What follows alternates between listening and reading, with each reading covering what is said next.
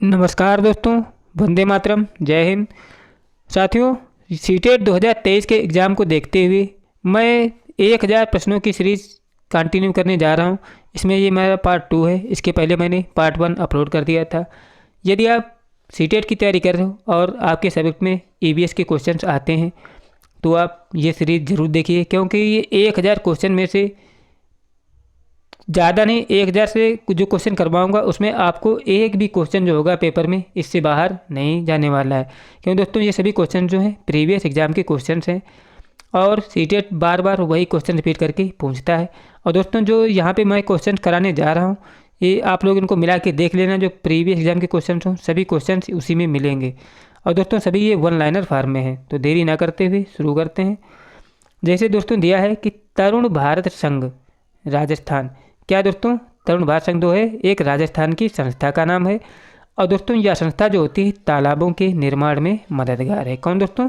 जो तरुण भारत संघ है दोस्तों, ये एक राजस्थान की संस्था है। यह संस्था तालाबों के निर्माण में मददगार साबित होती है।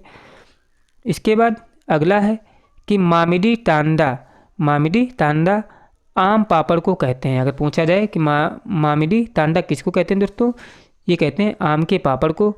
दोस्तों यह आंध्र प्रदेश की प्रसिद्ध आम की प्रजाति है। कौन सी? मामिडी तांडा।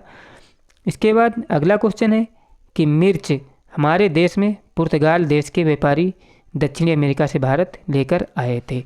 अगर पूछा जाए मिर्च दोस्तों कहाँ से लाई गई थी, ये दोस्तों पुर्तगाल देश के व्यापारी आए थे। और कहाँ से लाए थे दोस्तों? ये दक्षिणी अमेरिका से लाए थे। उसी प्रकार दोस्तों जो भिंडी और कॉफ़ी है, ये कहाँ से आई थी दोस्तों? ये अफ्रीका से आई थी, भिंडी और कॉफ़ी। इसके बाद अगला को दिया है कि गोभी और मटर दोस्तों ये कहाँ से आई थी? ये यूरोप से आई थी। और अगला है चाय भारत के असम राज्य में बहुत होती है। चाय कहाँ होती है दोस्तों? भारत में असम राज्य में बहुत होती है। परंतु सबसे प्रसिद्ध चाय दार्जिलिंग की है, याद रखिएगा। अगर पूछा जाए प्रसिद्ध चाय कहाँ की दोस्तों? दार्जिलिंग की। और सबसे ज़्यादा चाय कहाँ होती है दोस्तों? वो होती है असम में। अगला क्वेश्चन है कि भारत राजस्थान के लोग तालाब बनाने में माहिर थे। राजस्थान में जैसलमेर के अलावा बहुत से ऐसे इलाके हैं जहां साल में बहुत ही कम दिन बारिश होती है। राजस्थान में सीढ़ीदार कुएं बनाए जाते हैं। अगर पूछा जाए सीढ़ीदार कुएं कहाँ बनाए जाते हैं दोस्तों? ये बनाए जाते हैं राजस्थान के जैसलमेर में, याद रखिएगा। और इसके बाद अगला दिया है कि सर्वाधिक लवण की मात्रा वाला सागर दोस्तों कौन सा है? दोस्तों ये है मृत सागर। इसके 1 लीटर में 300 ग्राम नमक मिलता है। अगर पूछा जाए सर्वाधिक लवणता वाला सागर कौन सा है दोस्तों? मृत सागर है। इसके 1 लीटर पानी में 300 ग्राम नमक प्राप्त होता है, याद रखिएगा। इसके बाद अगला क्वेश्चन है कि दांडी यात्रा दोस्तों ये कहाँ है? अहमदाबाद, साबरमती, गुजरात आश्रम। दोस्तों दांडी कहाँ है दोस्तों स्थान? ये साबरमती, मतलब ये जो महात्मा गांधी का आश्रम था अहमदाबाद में पड़ता है। और राज्य कौन सा है? गुजरात है। कि घटना दोस्तों कब की है? 1930 की दांडी यात्रा। और दोस्तों किस लिए थी? ये नमक कानून के लिए थी दांडी यात्रा। अगला क्वेश्चन है कि मलेरिया मादा मच्छर एनाफ्लीज के काटने से फैलता है। अगर पूछा जाए मलेरिया किससे फैलता है दोस्तों? ये मादा एनाफ्लीज मच्छर के काटने से फैलता है।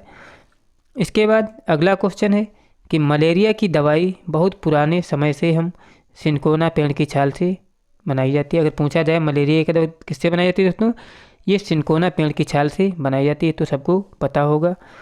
इसके बाद अगला क्वेश्चन है कि मच्छर द्वारा होने वाले रोग कौन कौन से दोस्तों? मलेरिया है, डेंगू है और चिकुनगुनिया है। दोस्तों ये मच्छर द्वारा होने वाले रोग हैं।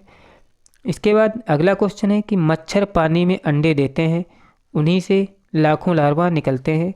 मिट्टी का तेल कैरोसिन जिसको बोलते हैं, पानी में डालने से यह लार्वा नष्ट हो जाते हैं और वहाँ पर मच्छर नहीं पनप पाते हैं। अगला क्वेश्चन है कि रोनाल्ड रास को दिसंबर 1902 में मलेरिया रोग की जांच के संबंध में नोबेल पुरस्कार दिया गया था। दोस्तों कब मिला था रोनाल्ड रास को? दिसंबर 1902 में इनको क्या मिला था? मलेरिया रोग की जांच के संबंध में नोबेल पुरस्कार दिया गया था। अगला है कि हीमोग्लोबिन या आयरन की कमी के कारण कौन सा रोग दोस्तों होता है? एनीमिया रोग होता है, हीमोग्लोबिन या आयरन की कमी के कारण। अगला क्वेश्चन है कि आयरन जिसको लोहा बोलते हैं की सर्वाधिक मात्रा गुड़, आंवला और हरे पत्तेदार सब्जियों में होती है। आयरन दोस्तों किस में होता है दोस्तों? ये गुड़, आंवला और हरे पत्तेदार सब्जियों में होता है। इसके बाद अगला है कि सुनीता विलियम्स स्पेसशिप से अंतरिक्ष में गई थी। यह पृथ्वी से 360 किलोमीटर दूर स्थित स्पेसशिप में की गई थी, याद रखिएगा। कितने? 360 किलोमीटर दूर स्पेसशिप में गई थी। कौन? सुनीता विलियम्स। अगला क्वेश्चन है कि ग्लोब में नीचे की ओर ब्राज़ील और अर्जेंटीना, याद रखिएगा। अगर पूछा जाए ग्लोब में नीचे की ओर कौन है दोस्तों? ब्राज़ील और अर्जेंटीना है ग्लोब में नीचे की ओर।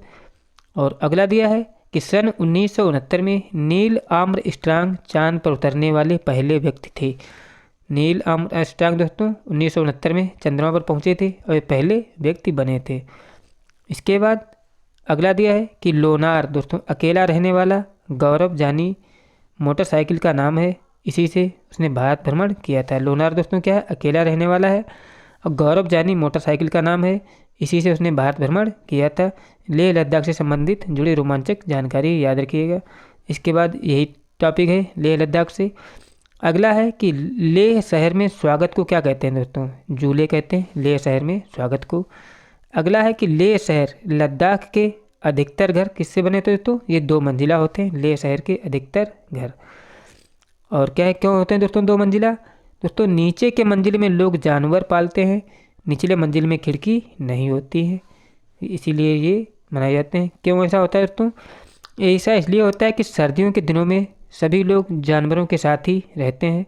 ऊपर की मंजिलों में कोई नहीं रहता है। छत को मजबूत बनाने के लिए पेड़ों के मोटे तने इस्तेमाल किए जाते हैं, क्योंकि वहाँ दोस्तों इतनी सर्दी पड़ती है, इसीलिए ऊपरी मंजिल बना तो दी जाती है लेकिन उस पर कोई नहीं रहता है। और नीचे जो पोर्शन होता है उसी में जानवरों के साथ वहाँ के लोग रहते हैं।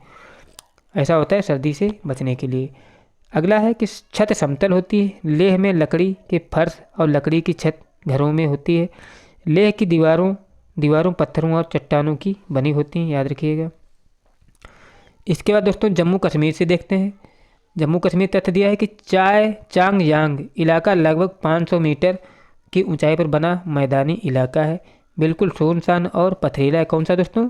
चांगयांग है। ऐसे ही पूछा जाता है कि चांगयांग की मतलब कहाँ है दोस्तों? ये जम्मू कश्मीर में है। और दोस्तों ये 500 मीटर की ऊंचाई पर बना है और इलाका कैसा है? मैदानी है और बिल्कुल सुनसान और पथरीला है। चांगयांग घुमंतू लोग हैं। अगर पूछा जाए चांगयांग कैसे लोग हैं दोस्तों? चांगयांग 2 है, घुमंतू लोग हैं जो हमेशा एक जगह पर नहीं रहते हैं। चांगपा लोग अपनी भेड़ बकरियों के झुंड को लेकर पहाड़ों में हरे मैदानों की खोज में घूमते रहते हैं। इन्हें घुमंतू लोग भी कहते हैं। किसको? चांगपा लोगों को। और इसके बाद अगला दिया है कि चांगपा लोगों की सबसे बड़ी पूंजी क्या होती है दोस्तों? भेड़ बकरियां ही होती हैं चांगपा लोगों की। और अगला तथ्य दिया है कि चांगपा खास की तरह बकरियां पालते हैं, जिनके बालों से दुनिया की मशहूर शाल बनाई जाती है दोस्तों। चांगपा खास तरह की बकरियां पालते हैं जिनके बालों से क्या दोस्तों? ऊन निकलती है, जो दुनिया भर में मशहूर होती है दोस्तों। इनसे कौन सी? जो पश्मीना ऊन निकलती है दोस्तों। पश्मीना की शाल आप लोग जानते होंगे कितनी महंगी होती है, इसी से बनाई जाती है, जो चांगपा जात के लोग बकरियां पालते हैं। चांगपा लोग अपने पूरे घर का सामान घोड़ों और याक पर लाद कर घूमते हैं, क्योंकि घुमंतू लोग हैं और अपनी बुरिया बिस्तरे साथ में लेकर घूमते रहते हैं। सर्दियों में यह तापमान 0 डिग्री सेल्सियस रहता है। कहाँ दोस्तों? जम्मू कश्मीर में। 0 डिग्री सेंटीग्रेड से भी बहुत कम, मतलब -40 डिग्री सेंटीग्रेड तक चला जाता है जम्मू कश्मीर का टेम्परेचर। और दोस्तों दिया है कि एक बुनकर 250 घंटे बुनाई करके एक साधारण पश्मीना शाल तैयार करता है। यह 6 स्वेटर के बराबर होती है। मतलब देखिए कितनी दोस्तों इसकी लागत आती है। एक पश्मीना शाल बनाने में 250 घंटे बुनाई में लगता है और एक साधारण पश्मीना शाल तैयार करने में 6 स्वेटर के बराबर कार्य करना होता है। और भेड़ और बकरियों को चराने का काम औरतों और जवान लड़कियों का होता है, याद रखिएगा। भेड़ और बकरियों को चराने का काम औरतों और जवान लड़कियों का होता है और पुरुष क्या करते हैं? कढ़ाई करते हैं। दोस्तों ये सभी प्रीवियस एग्जाम के क्वेश्चन थे। अगर आपने प्रीवियस ईयर के पेपर देखे होंगे तो आप लोग खुद अंदाज़ा लग गया होगा कि क्वेश्चन प्रीवियस एग्जाम के थे कि नहीं है। दोस्तों अगर मेरे द्वारा कराई जा रही सीरीज आपको पसंद आ रही हो तो चैनल को सब्सक्राइब कर लें, वीडियो अच्छा लगा तो लाइक करें। आप लोग कमेंट ज़रूर करिएगा कि क्वेश्चन जैसे भी हों आप लोग ज़रूर कमेंट करो। मिलते हैं नेक्स्ट वीडियो में। जय हिंद, जय भारत।